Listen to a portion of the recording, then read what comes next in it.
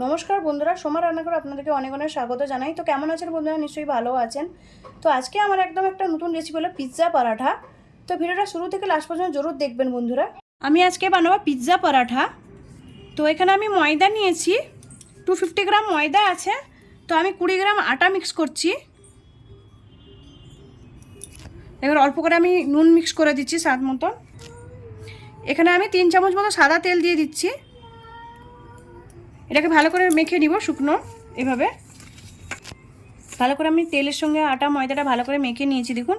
এবার অল্প করে জল দেবো, নর্মাল জল নিয়েছি আমি। তো অল্প অল্প করে জল দিয়ে আমি এটাকে ভালো করে মেখে নিব। দেখুন আমার মাখানো হয়ে গেছে ভালো করে। তো এটাকে আমি 20 মিনিট ঢাকা দিয়ে এইভাবে রেখে দিব। হালকা করে একটু উপর থেকে একটু তেল লাগিয়ে নিচ্ছি, খুব বেশি না, অল্প করে। আমার পিৎজা পরাঠার জন্য কী কী লাগবে আমি এখানে দেখিয়ে দিচ্ছি, কেটে রেখেছি। এখানে তো আমি বাটার নিয়েছি, বাটারটা গলিয়ে রেখেছি, 2 চামচ বাটার আছে এখানে। লম্বা করে পেঁয়াজ কেটে রেখেছি এখানে। এখানে আমি ক্যাপসিকাম নিয়েছি, ক্যাপসিকামটাও লম্বা লম্বা করে কেটে রেখেছি। এখানে টমেটো একটা নিয়েছি, এটাও আমি লম্বা করে কেটে রেখেছি। আমি চিজ গ্রেট করে রেখেছি। আমি ময়দার আটাটা ঢাকা দিয়ে রেখেছিলাম, 20 মিনিট হয়ে গেছে। তো এটাকে হাতে একটু ভালো করে দলে নিব এইভাবে। এটা ভালো করে আমি দলে নিয়েছি। এবার লেচিটা কেটে নিব আমি। এবার আমি লেচিটা কেটে নিব। আমি বড় বড় করে লেচিটা কাটবো এইভাবে। তো 4টে হবে আমার লেচি এখানে। আমি 2টো বানাবো পিৎজা পরোটা। আমি এখানে বাটারটা নিয়েছি, এর মধ্যে আমি কিছু মশলা অ্যাড করব। আমি এখানে লঙ্কার গুঁড়ো দিচ্ছি বাটারের মধ্যে। এবার আমি এখানে টমেটো সস দিচ্ছি, 2 চামচ আমি টমেটো সস দিয়েছি। অল্প একটু আমি নুন দিচ্ছি।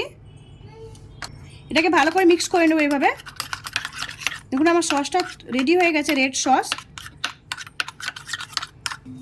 এবার আমি বেলে নিব। অল্প অল্প ময়দা লাগে, অল্প করে আমি ভালো করে বেলে নিব। এটাকে একটু বড় সাইজের বেলে নিব। দেখুন আমি খুব সুন্দর করে বেলে নিয়েছি। এটা তুলে নিব। আমি আরেকটা ওইভাবে বেলে নিব, একই সাইজে আমি বেলে নিব। দেখুন আমি ভালো করে বেলে নিয়েছি। এবার আমি দুটোকে মেপে দেখব সমান আছে কি না। এটা একটু ছোট আছে, তো আরেকটু বেলে নিব আমি। আমি দুটো দেখুন এক সমানে বেলে নিয়েছি, একদম বরাবর আছে। তো এটাকে আমি তুলে নিব। আমি বেলে নিয়েছি। এবার আমি যে সসটা বানিয়েছিলাম এই সসটা লাগিয়ে দিব পুরোটা সুন্দর করে। দেখুন আমি সুন্দর করে পুরোটা একদম এক সমান করে সসটা লাগিয়ে নিয়েছি। এবার কেটে রাখা সবজিগুলো সাজিয়ে নেব উপর থেকে। তো আমি লম্বা লম্বা করে যে পেঁয়াজ কেটে রেখেছিলাম, পেঁয়াজটা আগে সাজিয়ে দিচ্ছি এভাবে। এবার পেঁয়াজটা দিয়ে দিচ্ছি, ক্যাপসিকামগুলো দিয়ে দিব, এভাবে সাজিয়ে নিব। এবার কেটে রাখা টমেটোটা আমি দিয়ে দিব, এভাবে সাজিয়ে নিব। এবার ছড়িয়ে দিব গোলমরিচের পাউডার। এবার আমি চিলি ফ্লেক্স দিয়ে দিচ্ছি উপর থেকে, অল্প করে চিলি ফ্লেক্স ছড়িয়ে দিলাম।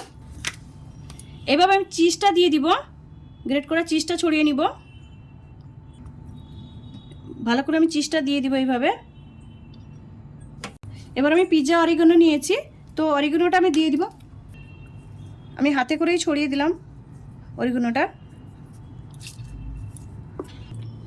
এখানে আমি 1 চুটকি নুন ছড়িয়ে দিব। নুন সসের মধ্যে দেওয়া ছিল, একদম 1 চুটকি নুন আমি ছড়িয়ে দিলাম উপর থেকে। উপর থেকে আমি একটু টমেটো সস এভাবে ছড়িয়ে দিলাম।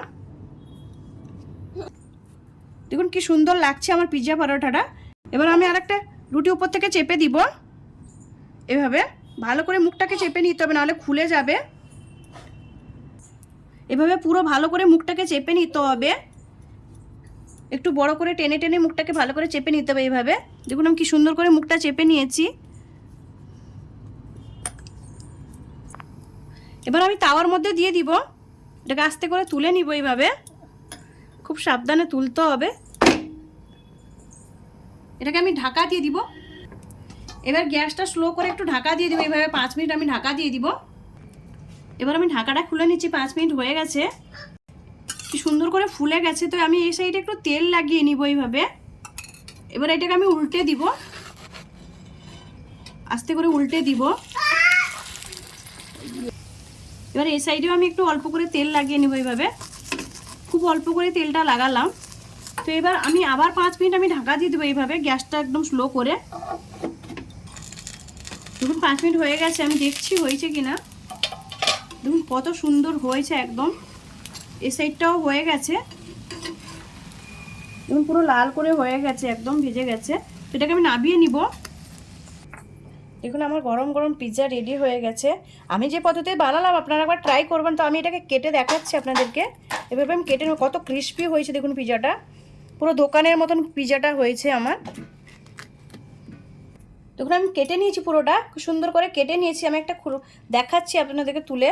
এই যে দেখুন ভিতর থেকে কত সুন্দর হয়েছে, পুরো মেল্ট হয়ে গেছে চিজটা, আর খেতে দারুণ হয়। এই রেসিপিটা যদি ভালো লাগে লাইক করুন, শেয়ার করুন, সাবস্ক্রাইব করুন, আর আমাকে কমেন্ট করে জানান আমার এই পিৎজা পরোটার রেসিপিটা কেমন লাগলো। ধন্যবাদ বন্ধুরা, ভালো থাকেন, সুস্থ থাকেন।